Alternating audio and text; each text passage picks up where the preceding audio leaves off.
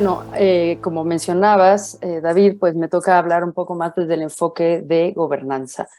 Y pensando en las barreras de gobernanza, lo primero que creo que es muy importante mencionar es que no hay un verdadero interés genuino de reducir las desigualdades, ¿no? Y eso se transmina en muchas de las acciones que se realizan hoy en día, tanto en cooperación como en inversiones nacionales, ¿no?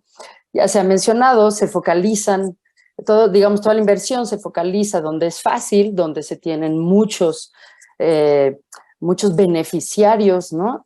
Sin embargo, también se focalizan donde se recuperan las inversiones, donde hay un interés económico por parte, ya sea del donante, ya sea del propio país, ¿no? Entonces, esto también es importante mencionar. No es realmente una inversión donde la población es realmente más marginada, ¿no? A nivel rural, evidentemente, los costos son mayores, pero es ahí donde hay mayores necesidades, ¿no? Entonces, muchas veces nos hemos encontrado con donantes, no, pues tienen $20 por beneficiario. De ninguna manera va uno a alcanzar este tipo de cosas. Bueno, la otra es que mencionaba, pues muchas veces la cooperación responde a intereses económicos del propio país donante y no se busca realmente fortalecer las capacidades para generar una independencia de este dinero que viene de fuera, ¿no? Entonces, son temas evidentemente difíciles de abordar porque, bueno, todos de alguna u otra manera que trabajamos en cuestiones de desarrollo social, en temas de agua, pues dependemos ya sea de inversiones nacionales como inversiones de cooperación, pero no se puede seguir invirtiendo de esa manera, ¿no?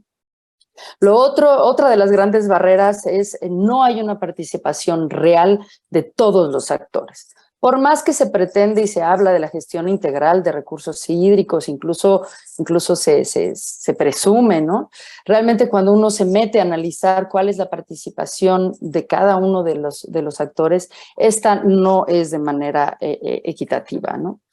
Y luego la manera de medir esta, que es el 6.5, ¿no? En nuestros indicadores del ODS 6, en la gestión integral del agua, yo les puedo decir que hay un país que no nombraré para cuestiones de problemas, pero es un país que tendría la posibilidad de estar realmente teniendo estas plataformas de diálogo nacional, y sin embargo eso no sucede para empezar, y la manera en la que se reporta el 6.5 se manda un pequeño cuestionario a todos los actores que tienen en su base y que consideran que podrían cubrir, y se pregunta más o menos cuánto tiempo, más bien se pregunta si ya se tiene una gestión integral del agua y qué porcentaje. Y eso es lo que se reporta a nivel internacional. Entonces, bueno, nada más para dejar claro que estos indicadores, y ya se mencionó, no están midiendo realmente el avance, ¿no?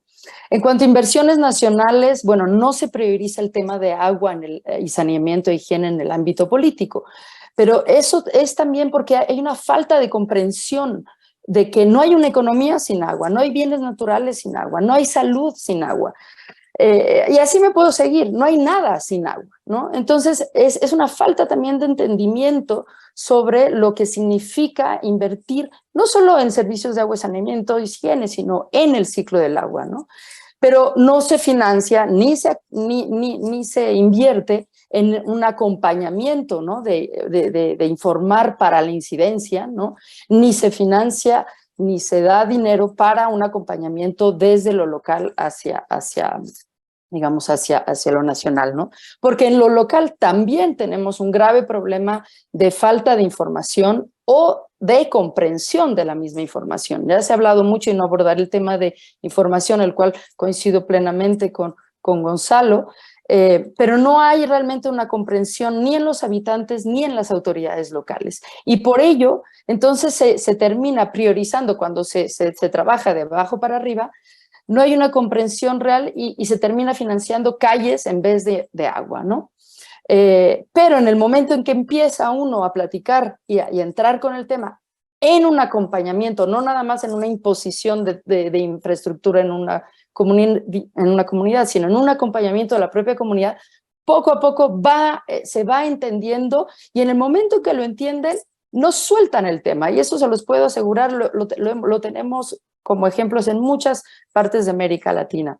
El cuarto sería el acceso al dinero. Josefina ya lo mencionó, a nivel internacional no mencionaré más, lo dijo muy bien, pero también hay una brecha enorme para poder acceder al financiamiento entre lo municipal y lo estatal. Es decir, en la parte municipal es donde se encuentra una brecha enorme, a pesar de tener planes nacionales de agua. Se pueden tener planes maravillosos, pero a nivel municipal esto no llega realmente, ¿no? Entonces, en cuanto a cooperación y a inversiones nacionales, bueno, cooperación, los bloqueos ya los mencionó José Luis, abordaré únicamente los nacionales. Las inversiones nacionales que han sido descentralizadas al municipio, pues se quedaron con la responsabilidad, pero sin realmente tener ni la estructura, ni las capacidades, ni el presupuesto para poder implementar el acceso al agua y saneamiento a nivel municipal, ¿no? Entonces, los gobiernos locales en muchas ocasiones no cuentan ni siquiera con un presupuesto que pudieran asignar para eso, ¿no? Y se termina yendo en otros. Entonces, ¿cómo priorizar todos estos temas desde un punto de vista de gobernanza? Bueno, es urgente que se pueda financiar el trabajo de incidencia para aumentar el nivel político de agua en las agendas políticas, ¿no?, nacionales e internacionales, pero también generar las capacidades desde lo local, y cuando hablo de lo local son las comunidades, pero también las autoridades locales. Muchas veces las autoridades locales forman parte de esta misma comunidad. Y un reto que no se ha mencionado, que es muy importante, es la extracción de recursos naturales.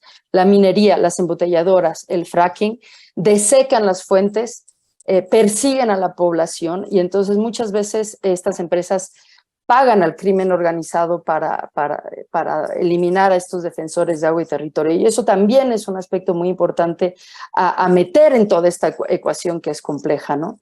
Y finalmente, bueno, hay una falta de comprensión profunda de la dinámica del agua, sobre todo a nivel subterráneo, ¿no? Entonces se habla de gestión integral del agua, pero la parte subterránea no ha sido adecuadamente integrada. El 97% del agua corre por el subterráneo, y digo corre porque es la misma que está pasando por la superficie y en el mar y en el aire, ¿no? Entonces, estas son las barreras. En cuanto a las acciones de gobernanza, bueno, definitivamente el reconocimiento de la gestión comunitaria y los acuerdos públicos comunitarios, esto es innovación que viene desde lo social. No se requiere de inventar el hilo negro. La innovación viene desde las comunidades y lo han tenido que hacer desde sus necesidades. La gestión comunitaria del agua que existe en toda América Latina es por falta de acceso que han tenido que ir innovando en estos modelos. ¿Son perfectibles? Por supuesto que son perfectibles y se pueden fortalecer. Los acuerdos comunitario-público también son una innovación fantástica que tiene que seguirse explorando, reconociendo a nivel legal e invirtiendo en ellas. La participación real para una buena gobernanza, y en ese sentido, ¿qué es una participación real o cómo es que se puede implementar? Bueno, lo primero es empezar por la humildad. Todos aquellos que trabajamos en un trabajo en las comunidades necesitamos tener humildad, necesitamos reconocer las capacidades, porque hay muchas capacidades y conocimiento en las comunidades rurales, periurbanas, urbanas, en todas hay un conocimiento, y ese conocimiento muchas veces tendría que ser la base de un análisis de diagnóstico para un diseño y para una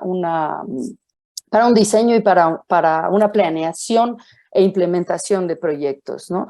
Entonces, en ese sentido, hay que saber que uno no llega con la información ni con la verdad. Uno tiene que tener esta humildad para poder trabajar y realmente responder a necesidades. Hay que también poder asegurar la participación en estos espacios de toma de decisión, pero una participación no significa ahí está tu lugar, significa poderle dar la información adecuada, que sea comprensible esa información, para que cuente con más o menos, no van a tener nunca las mismas circunstancias, pero que tenga al menos mejores circunstancias para poder participar en un diálogo en donde muchas veces se busca intimidar a las personas, ¿no? Por otro lado, los proyectos deben de contemplar siempre una realización de diagnóstico con las personas para poder realmente ir integrando en el diseño mismo de los proyectos a actores locales. Esto principalmente en zonas rurales y periurbanas es fundamental, porque esto asegura que por un lado se responda a las necesidades, pero también que se apropien de la propia infraestructura y por ende se mantenga operativa, ¿no? Y eso se ha visto, se han desperdiciado millones y millones de euros, de dólares, lo que quieran, en inversiones que llegan, se instalan así de manera brutal, diría yo. La gente ni siquiera lo quería y sin embargo, y termina siendo abandonada, ¿no? Esta infraestructura. Entonces, el acompañamiento en toda un diseño, en una planeación es fundamental, sobre todo rural y periurbano. Lo mencionaba alguien utilizando la herramienta digital, ¿no? Entre Nicaragua y Costa Rica. El momento en que el país entendió que era algo que podía usar y para entender que lo podía usar, tuvo que haber un acompañamiento, ¿no? Y de esa manera se volvió una herramienta útil, ¿no? También aplica, digamos, en herramienta. A nivel, bueno, se dijo muy claramente, los promedios esconden realidades de los más marginados. No podemos estar utilizando los promedios para decidir en qué países entramos. América Latina es el país de mayor desigualdad y sin embargo estamos completamente rayados, a excepción de la cooperación española, pero rayados de cualquier otra cooperación prácticamente o ya están de salida, ¿no? Entonces eso también es importante. La creación de programas urbanos y periurbanos que respondan a un análisis desagregado de datos, lo dijo muy bien, me parece que fue Gonzalo, la desagregación de datos, si no se crean los programas de política pública respondiendo realmente a la identificación de estas comunidades que son las más marginadas, no estaremos logrando el cometido. La última milla no es la última milla, tendríamos que estar hablando de la primera milla, tendría que ser la prioridad en todos los presupuestos, tanto en cooperación como en inversiones nacionales. Solo se verán los cambios a nivel local, entonces eso también es importante, invertir en información y fortalecimiento de capacidades de las autoridades locales. La mayoría de las autoridades locales no son gente preparada, son gente que muchas veces en lo rural, si acaso fueron a primaria, pero no son gente ni tonta ni incapaz, tienen todas las capacidades, pero hay que ir acercando una información no impuesta, sino ir creando procesos participativos que permitan la reflexión para entonces poder trabajar en conjunto, y entonces es ahí donde se vuelve muy interesante porque es donde se logran estos acuerdos público-privado, público-comunitario, en donde el sector público se ve fortalecido, acompañado de la experiencia que ya de alguna u otra manera la comunidad tiene y ha tenido para acompañar o para trabajar en el tema de agua, saneamiento, higiene. Los gobiernos estatales deben de asegurar la información. Lo que hemos visto en muchos países en América Latina es que hay un bloqueo entre el gobierno estatal y gobierno municipal, en donde ahí se juega mucho también temas de corrupción, se juega mucho temas de falta de transparencia, ¿no? Entonces, en ese sentido, el gobierno estatal tiene y tendría que ser fiscalizado sobre compartir una información, pero una información que sea comprensible para acceder a los financiamientos que se dan, digamos, desde lo federal a lo estatal y lo estatal a lo municipal. Porque muchas veces ya cuando logran entender los presidentes municipales que el tema es agua, saneamiento, higiene, para poder levantar a sus comunidades, no logran bajar estos recursos porque hay una cantidad de barreras, digamos, de información técnica, de información financiera y finalmente les dicen, trabajen con este asesor y ese asesor es completamente corrupto. En fin, este tipo de de cosas que se dan, ¿no? Y bueno, finalmente, entender la importancia tanto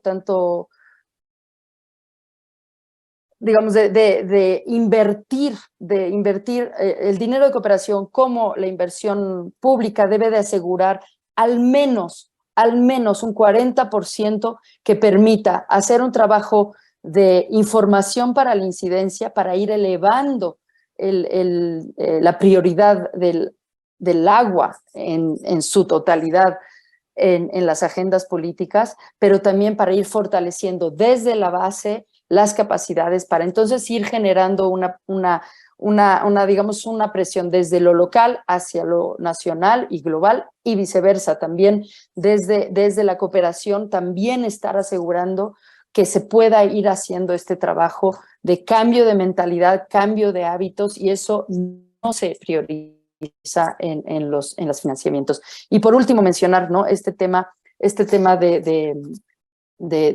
perdón, de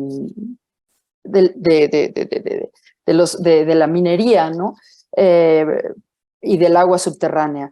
Se debe de lograr integrar los aspectos de la dinámica subterránea, porque ahí es donde se juega la mayoría del agua, y es ahí donde se tiene la información más oculta, porque finalmente las grandes transnacionales, llámese minería, llámese embotelladoras, llámese fracking, todas estas empresas están desecando el suelo, y esto está afectando no solamente las fuentes de las poblaciones, sino también los ecosistemas mismos, ¿no? Entonces tiene que haber mayor inversión también en investigación en el aspecto de la dinámica del agua subterránea para que sea integrada adecuadamente en la toma de decisión en gobernanza, ¿no? Y finalmente, no por último, menos importante, es urgente que se fiscalice, más que fiscalice, se castigue a todas estas empresas